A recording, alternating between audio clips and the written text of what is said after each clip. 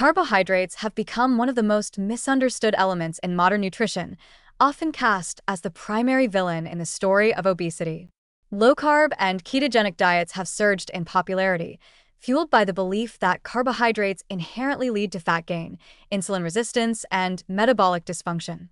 While it's true that excessive intake of refined, sugar-laden carbohydrates can contribute to weight gain, the blanket demonization of all carbs oversimplifies a much more nuanced reality. In fact, many forms of carbohydrates, especially those that are unprocessed and fiber-rich, are essential to maintaining a healthy metabolism and long-term weight stability.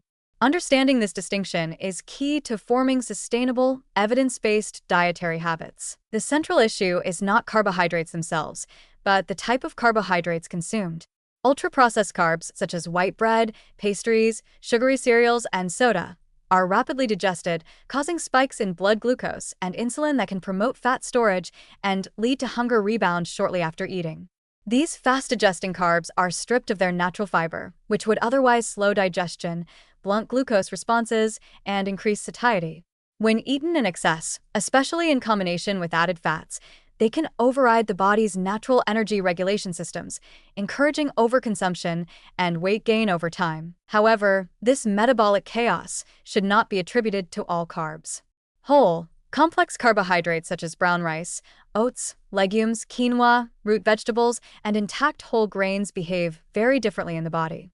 These foods contain not just glucose but also dietary fiber, resistant starch, and a variety of phytonutrients that support gut health, stable blood sugar, and reduced inflammation.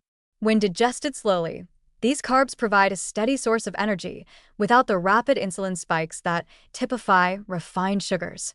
They nourish the microbiome, promote regular bowel function, and contribute to the production of short-chain fatty acids, compounds that have been linked to improved insulin sensitivity and lower body fat. Fiber, in particular, plays a uniquely protective role in weight management. High-fiber carbohydrate sources expand in the stomach, triggering stretch receptors that signal fullness. They slow the absorption of glucose, reducing the hormonal drive to overeat. Diets high in whole food carbohydrates tend to have greater volume and lower calorie density, meaning individuals can eat larger, more satisfying meals with fewer total calories.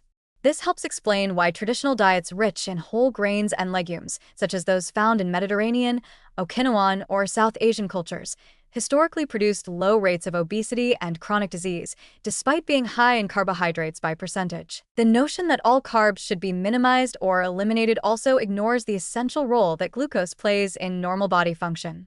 The brain relies heavily on glucose as its primary energy source, and although it can adapt to using ketones during starvation or strict low-carb diets, this is not its default or preferred state. For physically active individuals, whole food carbohydrates are crucial for replenishing muscle glycogen, supporting endurance, and aiding recovery. Even moderate carbohydrate intake can improve mood and cognitive function, especially in people under stress, whose mental performance often declines on overly restrictive low-carb diets. Carbohydrate restriction may lead to initial weight loss, but this is often due to water loss and reduced glycogen stores rather than fat loss. Moreover, very low-carb diets are difficult to sustain for most people and may promote nutrient imbalances, fatigue, and disordered eating patterns if adopted without proper education and monitoring. More concerning is the trend of eliminating entire food groups, such as fruits, legumes, and whole grains, based on the misconception that they are inherently fattening. This creates fear around foods that are in fact associated with lower long-term disease risk and improved overall health outcomes. Another important consideration is that carbohydrate tolerance varies among individuals.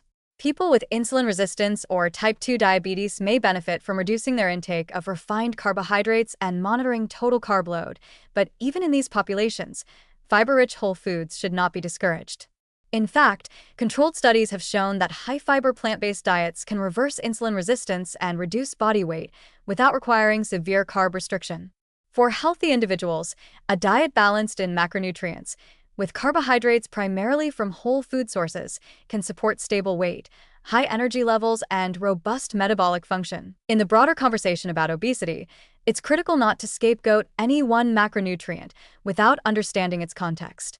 Carbohydrates are not the enemy. It is the overconsumption of highly refined, low-nutrient, processed carbohydrates, often combined with sedentary behavior, stress, and disrupted sleep, that promotes fat gain and metabolic dysfunction. Throwing out all carbs in an attempt to lose weight may yield short-term results, but often backfires in the long run, leading to cravings, restriction cycles, and an unsustainable relationship with food. The path forward involves education, not elimination. Recognizing that whole food carbohydrates are not only compatible with a healthy weight but supportive of it allows individuals to eat more intuitively and flexibly. It helps dismantle food fears and fosters a more positive, inclusive approach to nutrition. Carbohydrates, when chosen wisely, can be an ally, not an obstacle, in the pursuit of lasting metabolic health.